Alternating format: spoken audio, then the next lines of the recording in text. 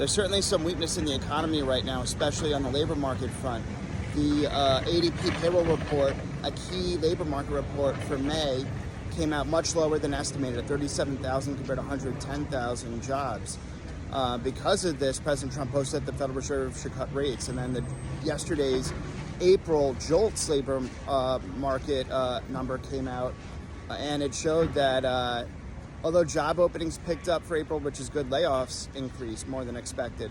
So there's a lot of, that's some of the growth negative stuff. However, the reason for optimism I have in the market and why I lowered my recession odds and not my stock market forecast for year end is, first of all, Atlanta Fed GDP now is estimating 4.6% for growth for Q2. This was after a negative first quarter GDP. So that essentially wipes out recession odds, in my opinion. On top of that, we have global M2. The money supply is at a record high, 21.86 trillion for the first time in 3 years. And that goes to show that's a really important force of the market right now that should lead to more stock market highs and a possible face-melting rally into the summer.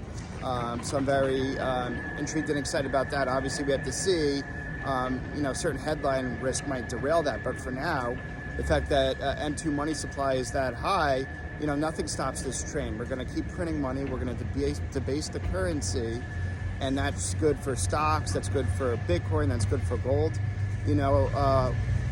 Macro investor Raoul Pal pretty much said a post on X, saying that as labor force participation rate has declined over the last few decades, our debt to GDP percentage has gone up. So as we have less people working in the economy, the only way we can still keep up with economic growth is to print money and debase the currency.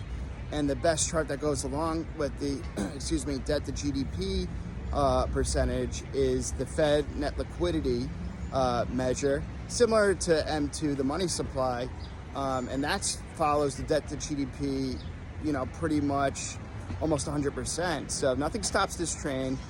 This is why structurally Bitcoin with the finite supply should do very well in this age of uncertainty about countries' fiscal health in terms of their debt and deficits. Obviously, we have Elon Musk questioning Trump's big, beautiful bill in terms of the debt and deficit and Doge cuts. He would like to codify that. So maybe, the big, beautiful bill, that might be a little risk to the market. But until then, right now, nothing stops the train. And whenever a market's down, so far this year, the market has averaged 0.2% the next day.